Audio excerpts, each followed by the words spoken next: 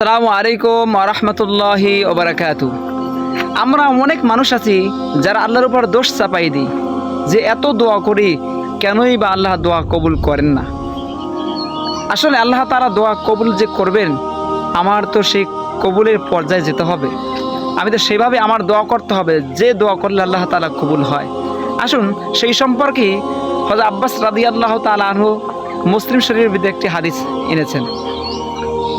রাসূল সাল্লাল্লাহু আলাইহি সাল্লাম বলেন, এক ব্যক্তি আসমানের নিচে বসে, জমিনের উপরে বসে আল্লাহর কাছে হাত উঠিয়ে করুণ সুরে বলতেছে, ইয়া রব্বি, হ্যা রব্বি, হে আমার রব, হে আমার রব, হে আমার প্রভু, অমাত আমাহু, এবং আল্লাহকে ডাকতেছে করুণ সুরে।